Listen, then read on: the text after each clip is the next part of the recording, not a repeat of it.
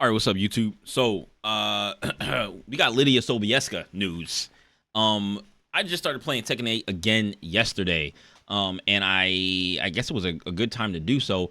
I don't know when. Right now, there is a release date trailer that literally got released 20 minutes ago, but I want to watch both of these videos because I didn't have I didn't see the other one. There was one for IGN. IGN released a video that was Lydia's starter guide and early look. So I want to watch that one first, and then I'm going to watch the Lidia Sobieska release date trailer. So let's get into the IGN video first and see what they're talking about that video. All right.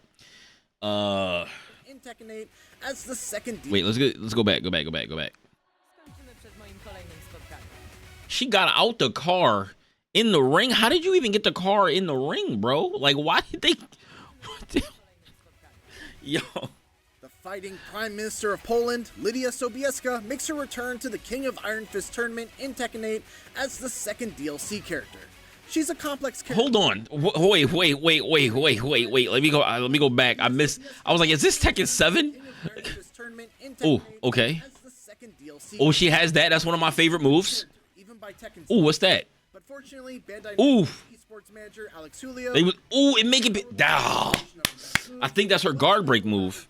I don't know if it's still guard breaks. Dude, here's a quick starter guide on Lidia Sobieska. She hits so hard, bro. She hits so hard. I've been waiting for this character to come back. Lidia is a character Ooh, that yeah. stances. In Tekken 8, she has a total of 4 of them. They are Cat Stance, Horse Stance, Horse Stance, and Heaven and Earth. Each stance Heaven and Earth. Follow-ups from lows to quick highs that beat jab mashes to punishing mids that can lead to hugely damaging combos. She's a character that can leave her opponents scared to press buttons. And I hope so. Then she can use moves that are plus on block to keep her pressure going. She's also got very strong punishes, a fully tracking low that we'll go over in just a bit. That's my favorite low. Everybody said that low sucks. I love that low. She's also a character that benefits greatly from her heat gauge, which we'll go over right now. Ooh. Talk about her best moves. People are gonna mash. But we got armor though. A returning move from Tekken 7, forward 4-2 is 442. It goes into horse stance. And forces her into horse stance, regardless if the attack hits or is blocked. On hit, the opponent is in a real bad spot. It's plus 15 and leaves her in a position where she can do pretty much any follow-up in horse stance, and it will beat mashing.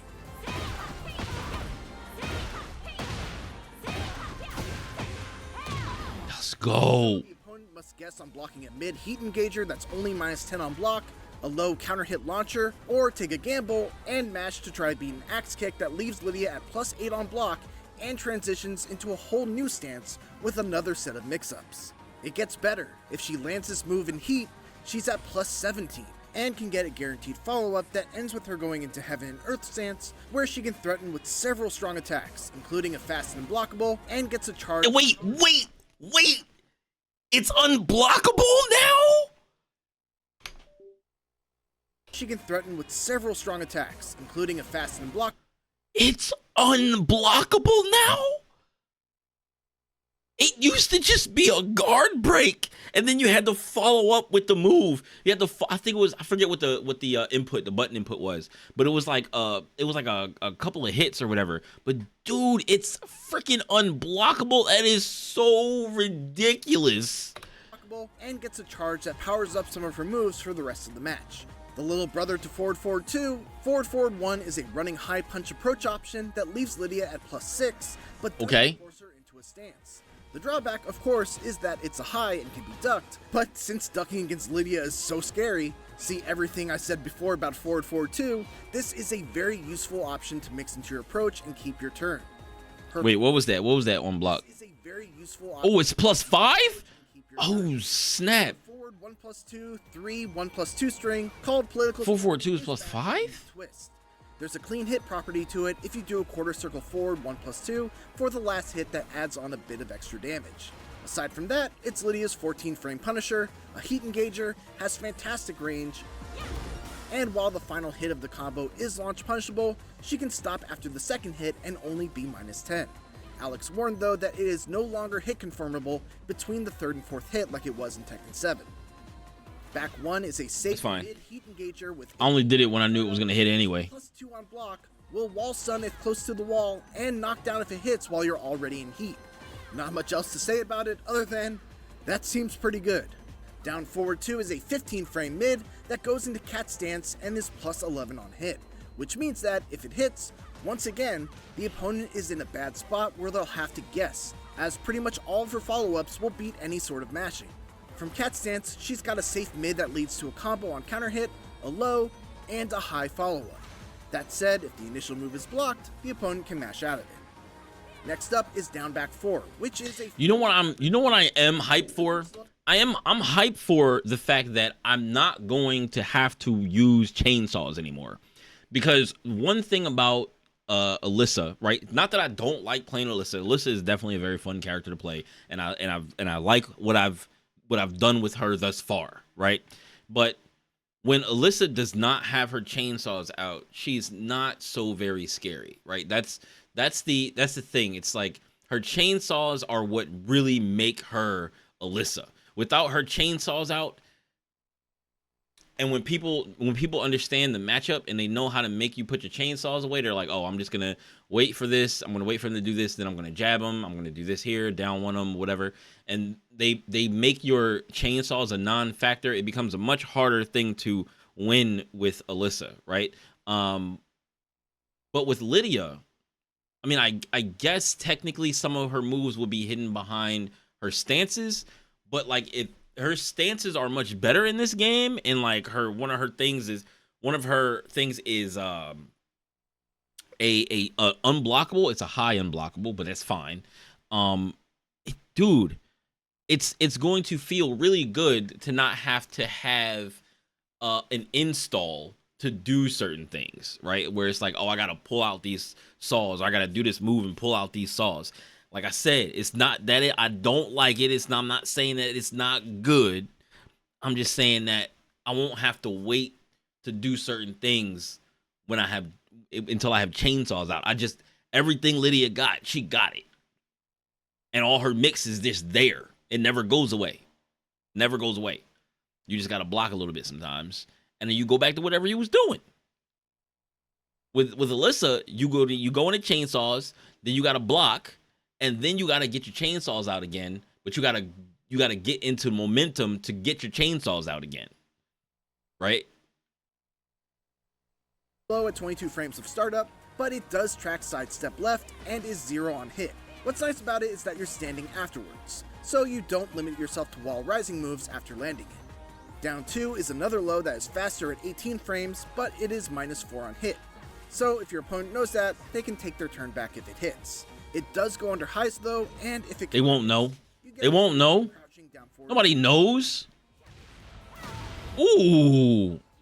From crouching down forward 3 is another low, though this one can knock down from close range and has a guaranteed follow-up with forward 3. Ooh, I like it. Is that this one is launch punishable if blocked, so just be careful with it. Quarter circle forward 4 is a 17 frame tracking high that leaves Lidia at +1 on block.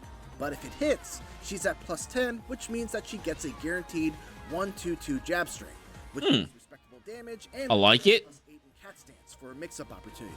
Speaking of 1-2-2, it's worth noting that this build shows that it's -8 on block. That's not really true, since it forces Lidia into cat stance regardless Oh, so the other move is probably not +5. in that stance. It's probably like minus something, -3 or something, -4. So don't just go throwing this out or Probably -4, not Now +5. let's talk about down back 3. This move is sick. It's a 16 frame, fully tracking low sweep, which means that it cannot be sidestepped either left or right, and if it Ooh. hits, you have +7 in horse stance. It's So, tracking? position very much like if you had just landed forward 2. She does trade against jab mash with some options, but even in those trades, you still have the advantage. As you would imagine, it's Trade combo. so Oh, she doesn't get. risk throwing it You out, get a combo for but that? it's nonetheless a very important tool in her arsenal. Pressing 1 while in horse stance will get you a high homing power crush that transitions into the striking wolf stance. It's +1 on block, so it allows her to continue her pressure, and on counter hit, it's +16. Armor. I gotta remember that because I'm gonna need that to get people to stop. And then you do that, now you're +7. But they don't want to. Ooh. Ooh. But if it hits or 4 is blocked, Lidia is left in a very good position. Without a charge, Yeah, people not sidestepping. They're not sidestepping yet. Follow-up, and if the full charge hits, she gets a damaging full combo. That's by no means an exhaustive look at Lidia's moveset, but these are the moves you'll definitely want to know both if you're starting out using her, or if you want to get a basic understanding of what she wants to do when you're fighting against her. Now let's take a look at our punishers. Let's see them. Lidia's got a punisher for I should write these down. I'll probably write them down later. Her 10 frame punish is her 1-2-2 string. It does good damage and leaves her in cat stance at +8. It's an extremely good 10 frame punish. She's also got 1-4, which doesn't force you into stance if you'd rather not transition. For 11 frames, she's got 2-2 and 2-4. Once again, 2-2 transitions into cat stance, but if you'd rather not transition, you can use 2-4. You go to cat stance and then do a sweep. Is 4-2-4, which can wall If she still has that move. I'm sure she still does. She still does. Back 2-3, which leaves her at +6 on hit. At 14 frames, she's got the aforementioned political storm string that does big damage and is Political storm. For 15 frames, she's got a couple of different combo starting options. 3-2 is her main starter that you'll likely see the most damage out of for 15 frames. There's a just frame property for perfectly timing the second hit that gets you extra damage. It's probably not that hard to time, most likely. Which is less ideal as it will tornado the opponent afterwards, diminishing some of the damage. And down forward 4-2 is her. Man, sometimes you just need a hop kick. Sometimes you just need it, even if it doesn't give you the best like damage. 4-2 as her 11 frame, which goes into cat stance. From crouch, down forward 2 is her 12 frame, and as we covered before, is a heat engager. For 13 frames, she's got wall rising 1-4, which can wall splat, and wall rising 1-2, which puts her into cat stance at +11. For 14 frames, she's got wall rising 3, which gets a free follow-up with forward 1+2 once again, and for 15 frames, she's got the standard wall rising 2 launcher. Now let's put this all together in some combos. Here are a handful using several different launchers that Alex showed me.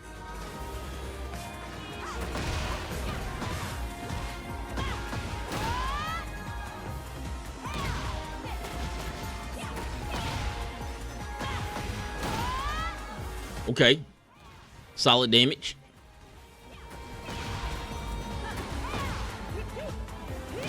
Oh, I like that. I like that ender. I don't think, did she have that? I don't think she had that ender in another game.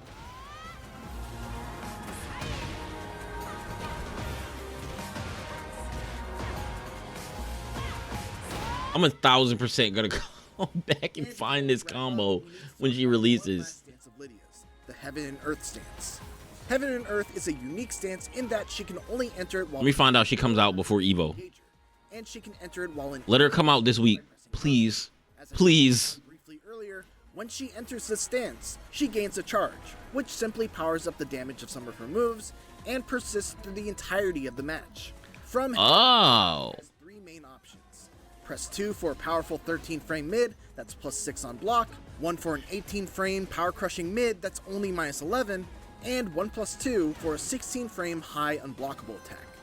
And finally, the last thing to know about this stance is that if attacked during Sabaki, restore some of her heat time and re-enter the stance with enough time to follow up with one of the out of the stance. Lidia is a complex character with one of the largest movesets I've seen in Tekken 8. She has ways to mix you up and continue her suffocating pressure. I hope this guide proves useful for both players who want to learn how to play her and for those looking for ways to deal with her by understanding her moveset just a little bit better. Thanks for watching, and for everything else, keep it here on IGN. let me find out she comes out tomorrow, please, please, please. She comes out tomorrow. She's out today, right? She's gonna be out today. Today. Okay, let's go back. Let's watch the Lidia Sobieska release date trailer. Okay, here we go.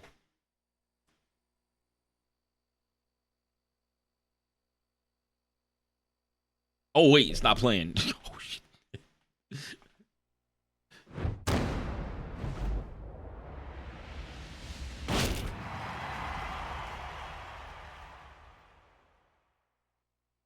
This one was just released like, what, a half hour ago at 10 o'clock? Or 10 o'clock my time.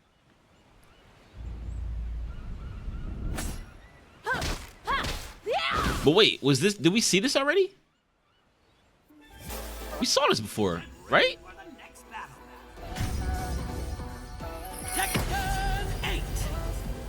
Oh, but this has the release date at the end of it. Hopefully they didn't use the same trailer.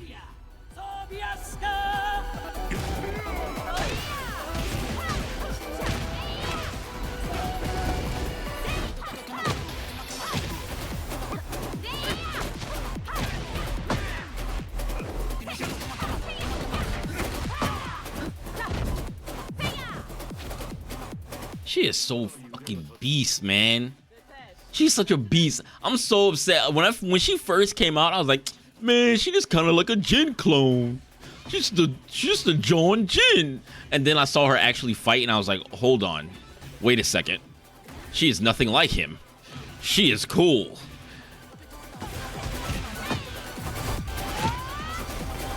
I might play this character forever. I don't think I'm ever gonna want to switch playing this character ever.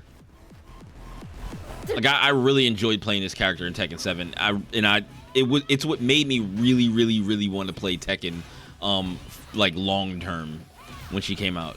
And she was the very last character. So like the fact that she was the very last character and then she came out or Tekken 8 came out and she wasn't in the base roster, I was like, come on, man. I was like, don't make it so that she's not in this game. I was like, that can't be a thing, man.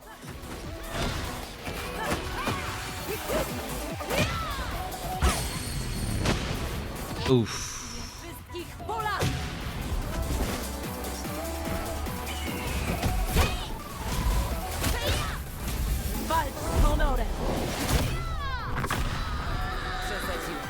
Muszę wygrać w imię wszystkich Polaków.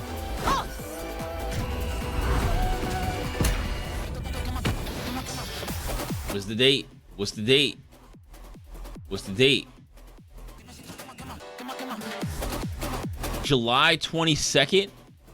Early access to 22nd? Oh, she comes out right after Evo. Right after Evo. The day I come back from Evo. What a treat. What a treat. What a treat.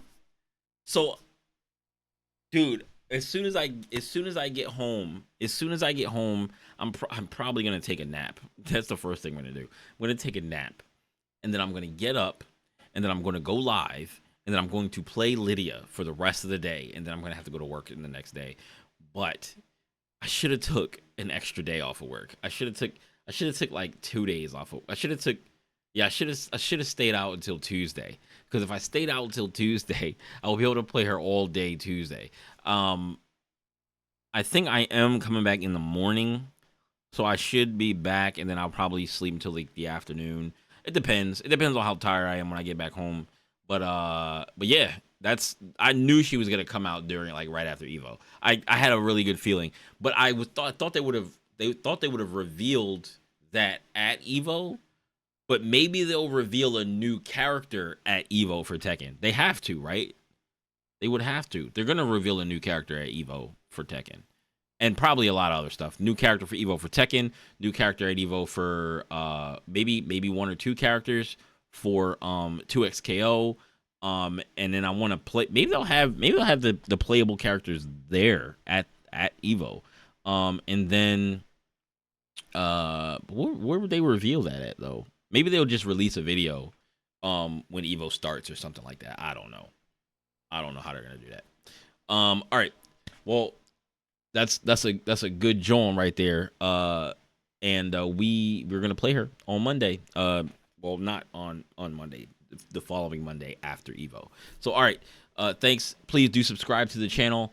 And like the video if you liked it. Like the video if you like Lidia Sobieska. Also subscribe because I will be playing the hell out of this character.